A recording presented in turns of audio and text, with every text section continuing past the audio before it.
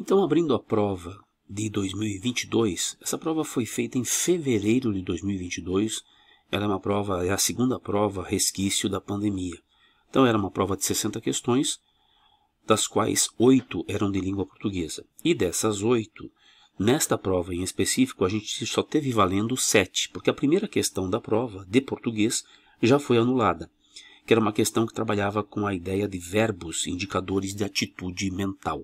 Portanto, verbos que ficam ali no campo do aspecto psicológico, da crença, da suposição, do pensamento. Vou ler o texto aqui. O tempo livre e o novo feitiço do capital. Era um texto baseado a partir de um fato que ocorreu naquele 2021 sobre a queda do WhatsApp. A queda do Zap na última segunda-feira, 4 de outubro, atinou com desaviso a inquietante e cada vez mais esquecida forma de viver, forçando o distanciamento compulsório das redes sociais e das inúmeras formas de conexão virtual que consomem a atenção das pessoas. Então, ele começa o texto lembrando que a queda do WhatsApp fez descobrir, atinar, deduzir, perceber. A queda do WhatsApp fez com que as pessoas percebessem uma forma esquecida de viver. Então a pessoa foi obrigada a aceitar um distanciamento das redes sociais. Estima-se que as ações do Facebook tenham caído em quase 5%, enquanto os operadores da empresa se esforçavam para corrigir a falha técnica. Contudo, a paralisação de parte do mundo virtual em questão de horas forneceu um interessante experimento social, levando as pessoas a perceberem a existência do próprio real desnudo, sem a celeridade virtual, a correria virtual, que encobre, seja para arrancar os cabelos ao efetuarem pagamentos virtuais não compensados, ou para solucionarem a questão do que fazer com o próprio tempo livre, uma vez que sua instância de captura imediata fixou-se em um limbo que retrocedeu às eras, do tempo das relações virtuais para a época já imperceptível das relações pessoais. Então, esse período aqui é muito importante porque ele mostra que naquela situação tão específica, a despeito de as ações do Facebook terem caído, as pessoas se reconheceram novamente numa situação que elas já conheciam, que são as relações muito mais próximas, porque não mediadas pela tecnologia. Então, retrocedemos a antigas eras, do tempo em que as relações virtuais ficaram de lado, por uma época das relações pessoais. Em seguida vem assim: embora tenha sido apenas um susto passageiro ficar sem o WhatsApp, o fenômeno abre espaço para observar as conexões entre a valorização do capital, cujos desdobramentos comerciais, produtivos e financeiros são parciais ou integralmente conectados ao mundo virtual. Portanto, esses desdobramentos da valorização do capital estão ali parcialmente ou integralmente ligados ao mundo virtual, e a disposição, captura e transformação do tempo livre dos indivíduos em valor de troca. Conforme insiste Eduardo Mariucci, professor da Unicamp, a esfera do virtual não se opõe à realidade, mas se expressa pelo transbordamento do possível, isto é, pelo conjunto de possibilidades acessíveis à imaginação humana. O virtual transforma os fragmentos criados pela imaginação humana em um universo construído, potencialmente ilimitado, mas restrito ao conjunto de percepções humanas em dado momento do tempo, ou seja, enquanto você está ali no mundo virtual, no mundo das redes sociais. Então é verdade que esse mundo digital, esse mundo virtual, ele tem uma potencialidade ilimitada de recriação do mundo verdadeiro, mas essa ilimitação se dá enquanto você esteja ali. Desligou o telefone, mundo real, e esse mundo real parecia esquecido antes da queda do Zap. Então essa questão 29 acabou sendo anulada. E veja que o que se pedia era que você identificasse verbos indicadores de atitude mental. A resposta esperada pela banca era a letra A. Atinar, que significa perceber, deduzir, captar pela atenção, e estimar, que se refere a uma atitude mental, no sentido de calcular, projetar, conjecturar. O problema, na verdade, é que no trecho, se você observar ali, atinou, tem a ver com a queda do Zap, que não é propriamente um elemento animado, não foi uma pessoa que deduziu, que captou, que percebeu alguma coisa. É que a queda do Zap fez perceber uma inquietante e esquecida forma de viver. O problema é que a alternativa pega um verbo que é de atitude mental, e a mesma coisa vale para estima-se, que foi colocado ali de uma maneira indeterminada, embora o sujeito fosse a oração substantiva, que as ações do Facebook tenham caído em quase 5%, estima-se isso, que as ações do Facebook tenham caído em quase 5%. A oração substantiva é subjetiva, estima-se isso, isso é estimado. Mas a ideia é uma ideia indeterminada. A gente sabe que alguém fez isso, alguém projetou essa queda, mas não podemos atribuir a alguém especificamente. Então o que aconteceu? Você tinha o estima-se tendo um sujeito que era uma oração inteira, e não propriamente um elemento animado que justificasse um verbo de atitude mental.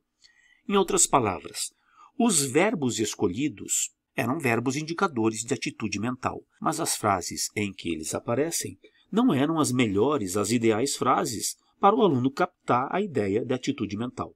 Por isso, a questão 29 acabou sendo anulada. Todos os outros verbos eram puramente verbos de ação.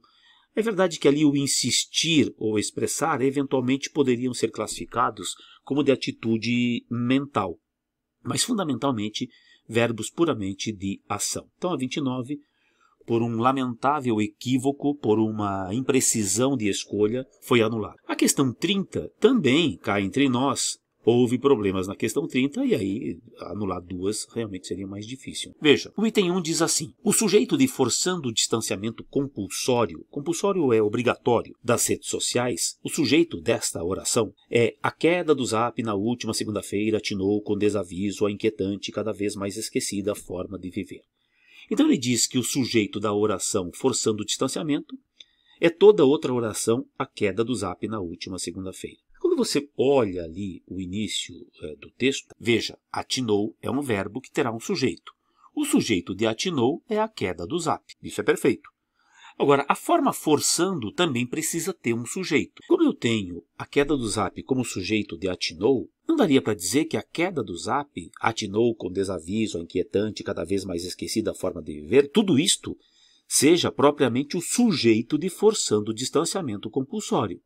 O que me parece foi que quem redigiu pensou: o sujeito de forçando o distanciamento é também a queda do Zap. Ocorre que não dá para dizer que seja literalmente a queda do Zap, porque aí você já teria a queda do Zap como sujeito do verbo atinar.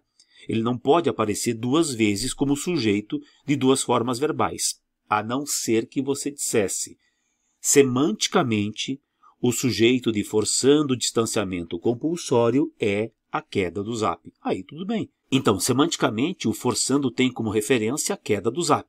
Sintaticamente, este sujeito à queda do Zap, ele está oculto, ele está apagado, porque não seria o caso de repeti-lo. Portanto, embora a número 1 tenha sido dada como correta, cá entre nós poderia ter uma redação um pouco mais precisa. Exatamente o que acontece na segunda. Porque na segunda ele diz: o interessante experimento social refere-se às pessoas que foram levadas a perceberem a existência do próprio real desnudo da celeridade virtual que encobre. Rigorosamente não se refere às pessoas, né? Quanto a isso, a ideia é correta. Mas é que logo em seguida ele diz isso: refere-se às pessoas que foram levadas a perceberem a existência do próprio real. No limite, esse experimento social se refere a isso mesmo. É lógico que o experimento social foi o fato de as pessoas perceberem uma realidade destituída, distanciada da rapidez virtual que encobre essa realidade. No limite, é verdade que o interessante experimento social acaba se referindo às pessoas. É que as pessoas perceberam como é que a vida delas está acelerada por conta do mundo virtual. A 2 está dada como errada. Embora, como eu disse, no limite isso não estivesse errado, porque de alguma maneira o experimento social obviamente toca as pessoas, mas ela foi dada como errada. Daria para questionar. Questão 3. A queda do Zap pode permitir a observação da relação entre a transformação do tempo livre dos indivíduos em valor de troca e a valorização do capital com desdobramentos financeiros e comerciais ligados ao mundo virtual. Isso é verdade no seguinte sentido: quando ele discute que as pessoas perceberam e até estranharam o que fazer com o tempo livre, porque o tempo livre dos indivíduos acabou sendo trocado, acabou sendo preenchido pela presença que elas têm no mundo virtual, que eles têm no mundo virtual, isso é real, e depois a valorização do capital com desdobramentos financeiros e comerciais ligados ao mundo virtual, é a passagem em que há menção à queda das ações do Facebook. Ou seja, quando caiu a rede e as pessoas ficaram sem a rede, isso refletiu diretamente nas ações da empresa. Então tem um desdobramento financeiro e comercial ligado ao mundo virtual. Então, lamentando mais uma vez que os itens 1 e 2 pudessem ser mais precisos, um referente à sintaxe e outro referente meramente à coesão, mas eles poderiam ter uma redação um pouco mais precisa para não atrapalhar um candidato que tinha uma prova de 60 questões apenas. A 1 era correta, a 3 era correta, com um protesto sobre a 2. Resposta era a letra C.